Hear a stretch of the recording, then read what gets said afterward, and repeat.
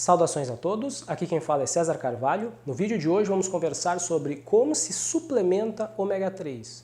Aqui no nosso canal temos vários vídeos em que já citamos a importância do ômega 3, particularmente no vídeo ômega 3, suplemento para memória e para inteligência, estou deixando o link aqui na tela, mas hoje nós vamos explicar exatamente como que se suplementa o ômega 3 para que tu tenha uma eficácia adequada no teu organismo. E como que a gente faz, primeiramente, para identificar um ômega 3 de qualidade?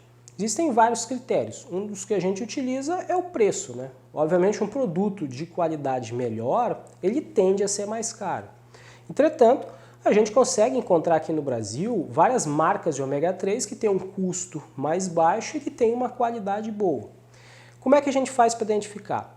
Existem vários testes, mas o mais fácil, que é o que eu vou explicar hoje, é o teste do congelador.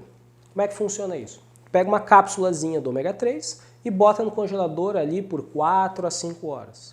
Depois que passou esse período, tu pega um palito de dente, uma agulha, qualquer objeto perfurante e tenta perfurar a cápsula.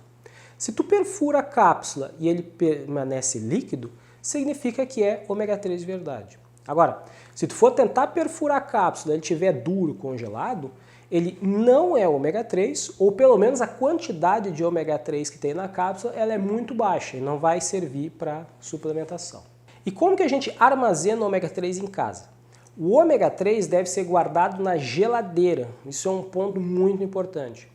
Em temperaturas acima de 21, 22 graus, o ômega 3 ele começa a oxidar. Então o que acontece?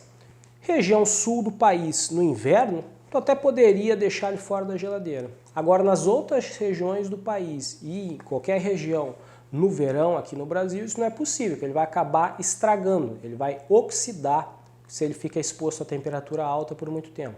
A gente tem que entender que ômega 3, na verdade, não é nem um suplemento exatamente. O ômega 3 ele é como se fosse comida. Tu vai no mercado, compra presunto, chega em casa, bota na geladeira. Tu vai no mercado, compra peixe, chega em casa, bota na geladeira. Porque senão o que acontece? Ao longo dos dias aquele produto vai acabar estragando. O ômega 3 é a mesma coisa. E isso inclusive é um dos motivos de pessoas que alegam estar tomando ômega 3 e não está percebendo eficácia, né, melhora, justamente porque ele está oxidado, né, ele já está estragado e não está mais funcionando. Bom, agora um ponto bastante importante também. Qual é o momento do dia que se faz uso do ômega 3, que tu tem que tomar ele? É junto com as refeições. Por que isso? Dois motivos. Primeiro é o principal efeito colateral dele. Se tu for tomar ômega 3 sem ter comido nada, ele vai causar náusea, ânsia de vômito, porque aquilo ali é um óleo, né? Uma gordura. Né? Tomar isso no puro, obviamente, vai causar náusea. Agora, o ponto principal não é nem esse. É porque ômega 3, ele também é uma caloria. Se tu utilizar o ômega 3 não tendo se alimentado adequadamente, ao invés de ele ser utilizado como estrutura para as tuas células e para o teu cérebro, ele vai ser utilizado como caloria, vai ser um desperdício. É a mesma coisa que tu querer acender uma lareira usando livros. Tu pode usar livros para acender uma lareira? Pode, só que assim, né? A ideia dos livros é tu utilizar para algo mais nobre, que é para uma melhora da tua capacidade cerebral, do teu intelecto. O ômega 3 é a mesma coisa. A ideia principal dele é tu usar ele como um componente para uma melhora da tua capacidade cerebral, do teu intelecto, assim como livros. Então, se tu consumir ele fora de refeição, ele vai acabar sendo usado como caloria e tu vai estar gerando um desperdício da mesma forma. Quais são os tipos de ômega 3 que existe no mercado para se comprar?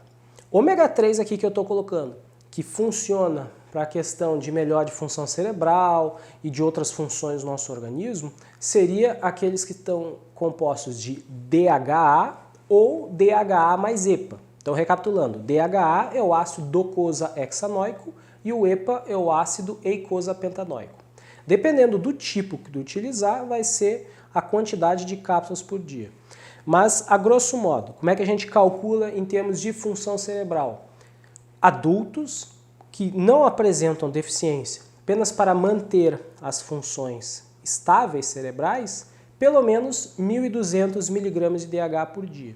E aí o que vai ter que fazer é olhar no rótulo da embalagem o quanto que tem de concentração. Então, por exemplo, se ele tiver 400 mg de DHA, que é a maior parte deles tem essa quantidade, aí a quantidade seria 3 cápsulas por dia.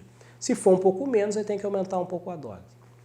Se a pessoa apresenta uma deficiência de ômega 3, por exemplo, a pessoa tem um quadro de depressão, como a gente já frisou várias vezes aqui no nosso canal, que depressão é uma doença orgânica, depressão não é um problema psicológico. Uma das causas de depressão é deficiência de ômega 3. Então, se tu tem um quadro, por exemplo, de depressão, ou tu tem algum quadro de demência, de Alzheimer, ou qualquer outro processo degenerativo cerebral, aí vão ser preciso usar doses um pouco mais altas. Aí se usa até 6 cápsulas por dia, que daria o equivalente a 2.400 mg de DHA. Se a pessoa ela trabalha com aumento de performance cerebral, a pessoa tem a questão de atividade cerebral muito alta, questão de estudos, a pessoa dirige uma empresa ou tem um trabalho assim que é extremamente complexo, ou eventualmente algum conflito familiar complicado de difícil gestão, então as doses também precisam ser mais altas, em torno de 2.400 mg por dia.